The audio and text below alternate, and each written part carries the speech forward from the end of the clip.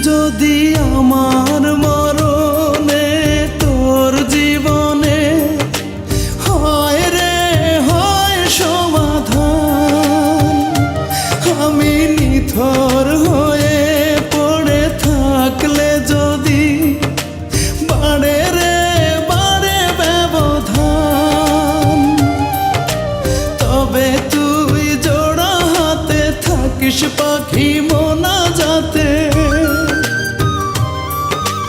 তবে তুই জোড়া হাতে থাকিস পাখি মোনাজাতে। তোর দোয়া খান করতে কবুল ওই আরশের উপর,